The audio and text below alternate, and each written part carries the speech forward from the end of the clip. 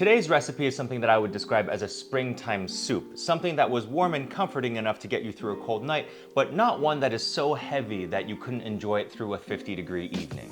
There are a few names for it, but I think it is commonly called the Cantonese Radish soup. It is not vegetarian, there is pork in it, but it features a pork broth that is surprisingly light and very peppery. I wouldn't describe it as conventionally spicy. It is spicy in the sense that it does use pepper, but it's like aromatically spicy. It's on the spicy spectrum as like a super light wasabi. It's that spiciness that just hits you up here in the nose area as opposed to like throughout your body. Pepper spice. But in this soup we use just enough of it to counteract the robustness that comes from the pork, as well as adding tons of flavor to the already peppery radish.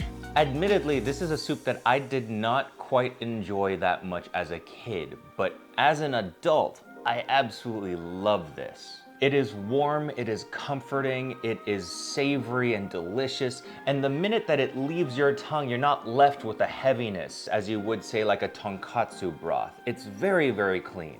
Let's get started.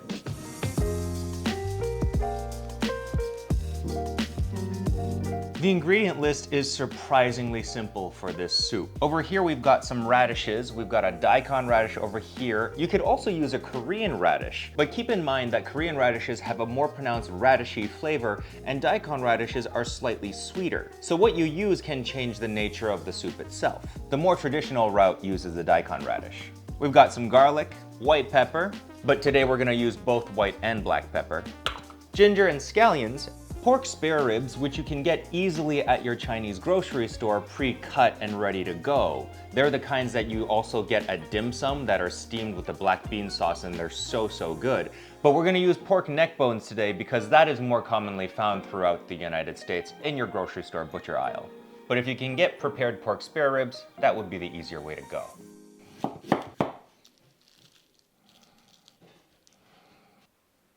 Now, a majority of your work is going to come from preparing the pork. We're basically going to par cook this and get any of the proteins that will form the scum and any cloudiness in the broth out of here. We're going to just cook all of that out. To do that is pretty simple.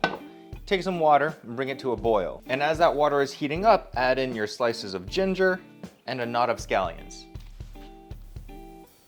When the water has begun to simmer, add in your pork neck bones. And continue to cook until all of the scum has been extracted from the meat. Some people take a strainer and remove the scum from the stock at this phase, but since we're just gonna dump this all out and give everything a rinse anyway, I find that to be unnecessary. I would say this process takes between 10 and 15 minutes. While that cooks, prepare your radish by peeling them and then cutting them into smaller pieces. For most amounts of soup that you're gonna make at home, just one radish is enough. But because I'm curious to see what it's gonna taste like with Korean radishes, I'm gonna use both of them. You know what? I'll cut these into different shapes so I can more easily tell them apart. So I think these ones I will do circles.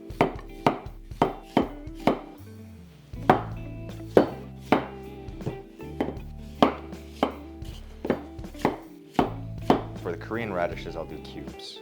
Then once your bones have been nice and purified, just drain out all of that scummy water and just rinse them off with cold water. Making sure that the stock is more clear is not the only reason why we do this. Pork can oftentimes have some gaminess to it that isn't all that pleasant when making a cleaner stock. Getting off a lot of that scum ensures that we have a cleaner tasting stock as well. Now through this process, the stock isn't gonna be crystal clear, but it will be noticeably less cloudy. The next step here is to wash your pot and then replace with cold water. Now I'm actually gonna do 2 batches of this because I'm going to use the smaller batch as an experiment with the Korean radish to see if there's any difference in flavor.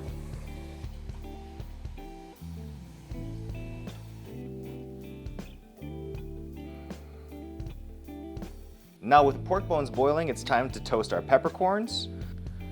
Would say about a tablespoon of each, but you can adjust for your taste. Toasting peppercorns is pretty easy. Just put them on a stainless steel pan and put that over heat until some white smoke starts to come out and you can really start to smell the aromatic flavors coming out of the peppercorns.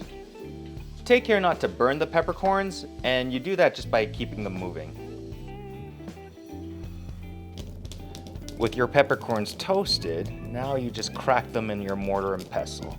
You don't need to get them into a super fine powder, but nice and crushed is what you're looking for. It should smell nutty and fragrant at this point.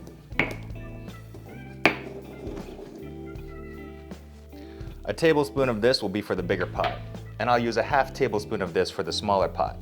You could save the rest to put on a salad or whatever. This stuff can be put on anything. Roughly chop up your garlic. Now you just add your garlic and your pepper to your soups, as well as the radishes. Oh God, all right, we're fine, it's fine. Along with a good amount of salt, just a few solid hits of MSG, and I'm just throwing in some fresh slivers of ginger because I've got some lying around, but that's not necessary. And just let this boil for 1 hour. There's no real need to watch it because we've done most of the par cooking with the pork. The work has been done up front. So now it's just a matter of covering it and letting it sit.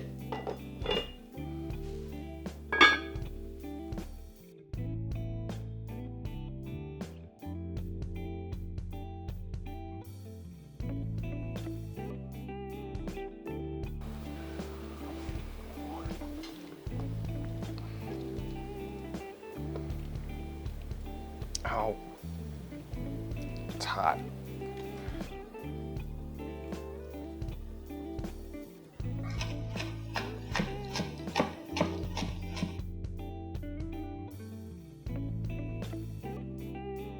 So now we have the two soups using different radishes. Let's give it a taste. Oh, this is fantastic. So savory, but so clean. It almost like rushes past your tongue, and once you're done with it, it disappears. It's so refreshing. And we'll try the radish for this part. It's soft. It's actually quite sweet. It's almost like all that pungency went into the soup itself, and it's just like super pleasant to eat. It almost has a winter melon quality to it. It's fantastic. And now we'll try this one using the Korean radish.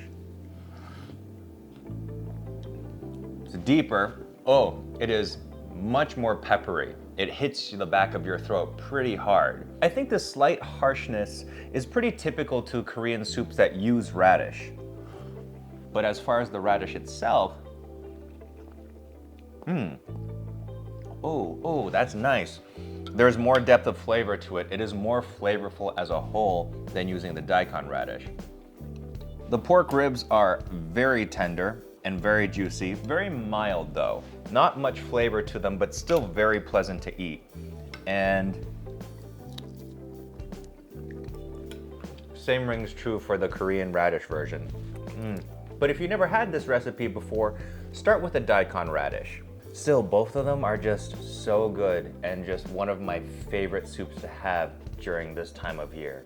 Definitely give this recipe a try because we'll be using it again next week as a base for some Cantonese style short rib noodles. We'll be using this broth as the base thing, and then we'll be layering on top some other really good stuff on this. So hope you enjoy it, and we'll see you again soon.